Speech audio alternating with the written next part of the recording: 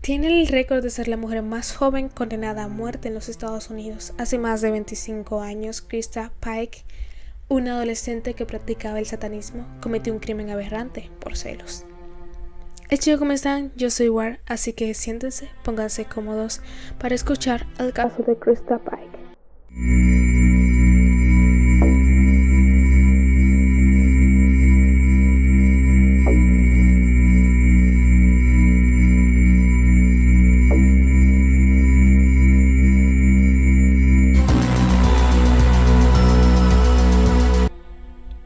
Su nombre completo es Krista Kale Pike, que nació el 10 de marzo de 1976 en forma prematura, de unos padres que no la esperaban amorosamente.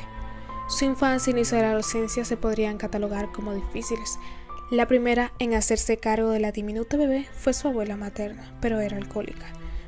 Ella murió en 1988 y entonces Krista, que tenía ya 12 años en ese entonces, comenzó a deambular entre la vivienda de su madre, Carissa Hansen, que era una enfermera, y de su padre, Glenn Pike. Ambos carecían de recursos tanto económicos como efectivo y la pequeña le resultó inmanejable. Carissa reconoció que tratando de acercarse a su hija y de generar algún vínculo con ella, llegó a fumar marihuana junto a la adolescente, pero no funcionó. Krista se llevaba mal también con el novio de su madre y así se mudó con su padre, que tenía una nueva pareja y una hija, pero no le fue mucho mejor que digamos. Él la echó de la casa en reiteradas oportunidades por ser, según afirmó el progenitor, desobediente, deshonesta y una manipuladora. Finalmente, un hecho de abuso sexual de Krista hacia su media hermana de 2 años fue la gota que respaldó el vaso para siempre, y el pasaporte a su desalojo definitivo, porque Krista era una chiquilla para todos infernal.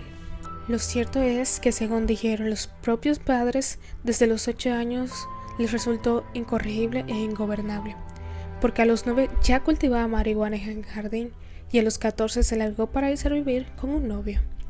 Krista abandonó la secundaria y en 1995 dejó el estado de Carolina del Norte para acogerse, por consejo de su madre, a un programa de ayuda del gobierno que buscaba apular a jóvenes carecidos para formarlos en alguna actividad y fomentarles así una vocación. Se anotó para estudiar programación de computación en Knoxville, Tennessee. Los estudiantes llegados de diferentes partes de Estados Unidos vivían allí en dormitorios, en un sistema parecido a un campus universitario. Parecía haber encontrado un nuevo lugar y un nuevo rumbo. Y así fue como dentro de esas paredes estudiantiles que Krista se enamoró de un joven llamado Tadaril Chip, de 17 años. Sintonizaron enseguida. Ambos venían de hogares problemáticos y juntos empezaron a practicar el ocultismo y la adoración al diablo.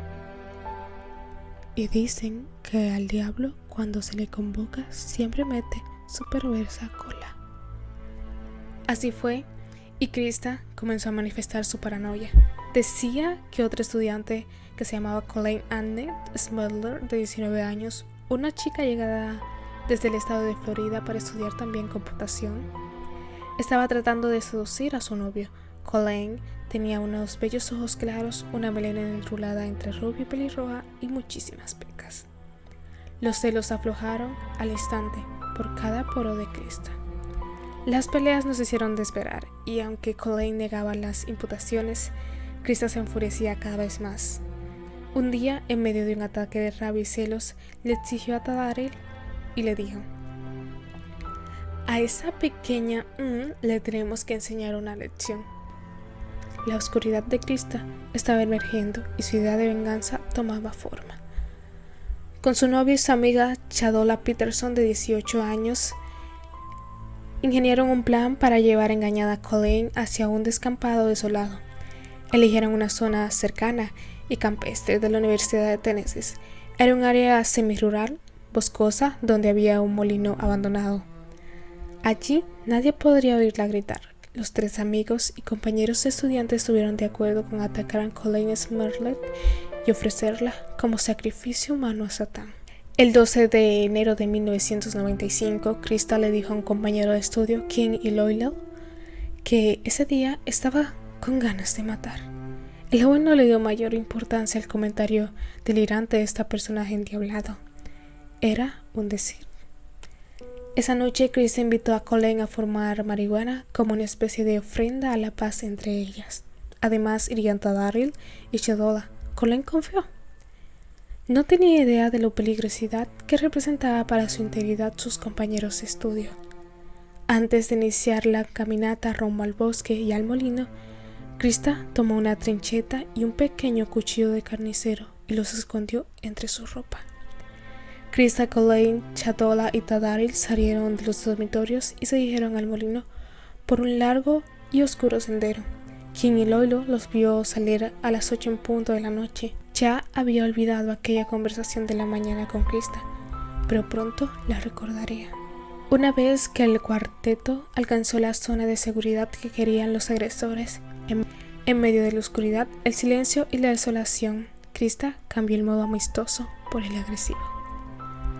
Comenzó a encrespar a una Colleen que se mostraba sorprendida por lo que le imputaba. Le acusó de querer tener relaciones con su novio. Cuanto más negaba a Colleen las imputaciones, más iracunda se mostraba Krista. Colleen llegó a preguntarles: ¿por qué me hacen esto? La respuesta de Krista fue un empujón al piso y un rodillazo directo a la cara. Acto seguido, le obligó a sacarse la campera, la camisa y el corpiño. Luego empuñó el cuchillo que llevaba escondido y se lo clavó en el estómago. En algún momento de esa desigual pelea, Colleen estuvo a punto de poder huir, pero Daryl entró en acción y saltó sobre la víctima y empezó a golpearle en el pecho. Mientras Colleen imploraba que se detuviera, su último intento fue decirles que si la dejaban ir, no contaría nada de lo ocurrido y se marcharía directo a Florida, sin pisar por su cuarto a buscar sus cosas. Sus ruegos cayeron en oídos sordos, o mejor dicho, en oídos llenos de ruidos infernales. Krista enarboló su odio y también su cúter. Entre todos torturaron a Colleen Smerlot durante 40 minutos. Colleen no paraba de suplicar con tal de que se callara. Krista siguió pateándole la cara. La apuñalaron e hirieron cientos de veces hasta que se aburrieron.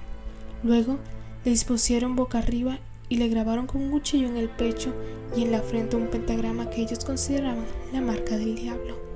Pero la víctima seguía viva e intentaba sentarse, aún con su garganta cortada.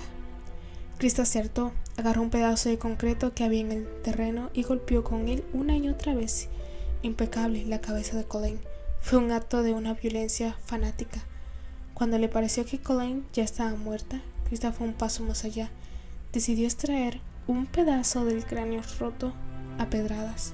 Sacó con sus propias manos un trozo de hueso tibio y lo guardó como souvenir sangriento en el bolsillo de su campera.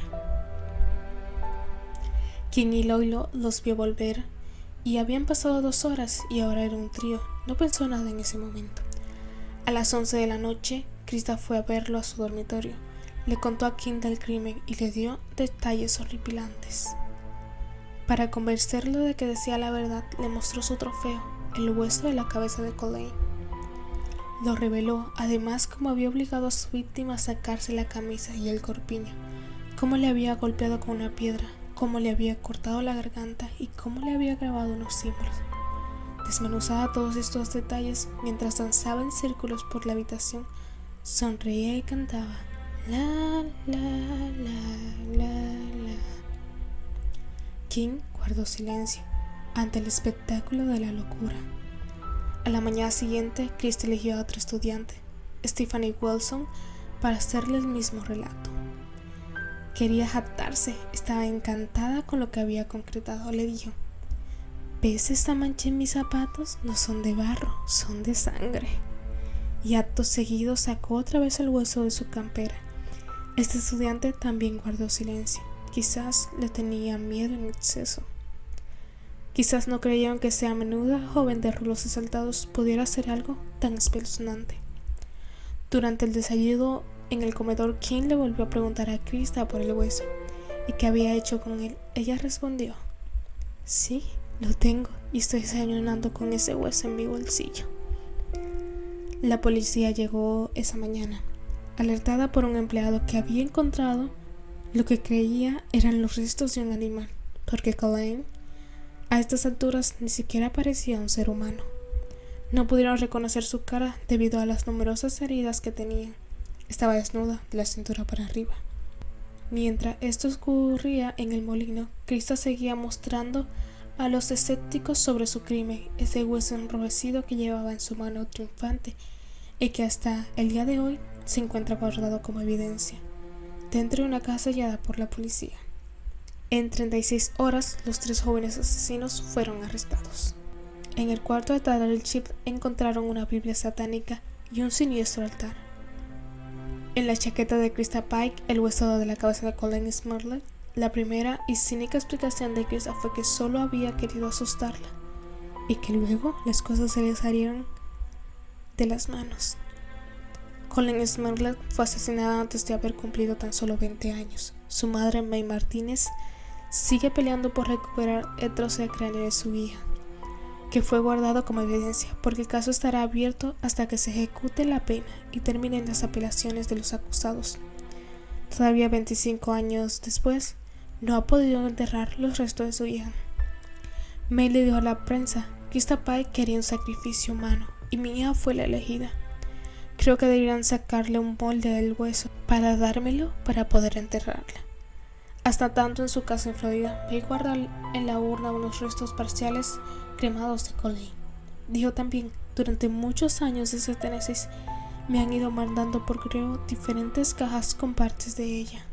Un doloroso rompecabezas que May todavía no ha podido ensamblar. Solo pretende un entierro digno y apropiado para su amada hija. Krista Pike fue detenida el 14 de enero de 1995 y su juicio empezó el 12 de enero de 1996. Había evidencia de sobra. En su dormitorio encontraron sus 100 ensopados de sangre y su confesión fue completa. Incluso condujo a la policía a donde había tirado los documentos y los guantes de Colleen y se explayó en todos los detalles de aquella noche diabólica. Fue acusada de conspiración para cometer un crimen, asesino y tortura. El perito médico aseguró que estaba probando que Colleen había sido torturada. La mayoría de las heridas se habían hecho mientras el corazón bombeaba sangre. Un neurólogo, el Dr. Jonathan Henry Pickett, quien fuera jefe de neurología, llegó a decir durante su testimonio que el cerebro de Krista Pike había desarrollado la capacidad de asesinar desde muy chica. Los lóbulos frontales de su cerebro no estaban alineados apropiadamente. Los abogados defensores intentaron acusar a la madre de Krista de ser alcohólica desde el momento del embarazo, para buscar algún culpable en la conducta vil de la acusada y así aliviar el castigo, pero la misma madre lo negó tajantemente. Fue durante el proceso judicial que se supo que el padre de Krista había firmado los papeles para darla en adopción cuando ella era una adolescente.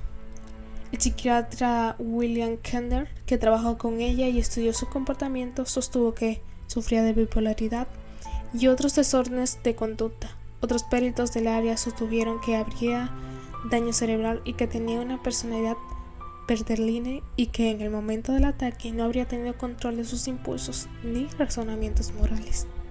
Lo más controversial de todo es que el acusado lloró durante varias veces el proceso y los gritos al escuchar su sentencia, pero el jurado no se conmovió. Los hechos relatados y comprobados eran de una naturaleza tan malévola que no había lugar para intentar comprender las razones que los invocaron. El jurado deliberó tan solo 2 horas y media para considerarla culpable y condenarla a la silla eléctrica. Krista Pike iba a sentar un proceso histórico en la justicia de los Estados Unidos, en ser la primera mujer tan joven en recibir tan dura condena. Fue encontrada culpable de todos los cargos y el 30 de marzo de 1996 sentenciada a la pena de muerte por electrocutación en la silla eléctrica.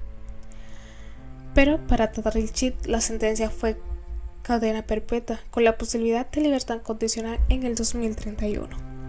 Quizás haya tenido en cuenta que al momento del crimen tenía tan solo 17 años.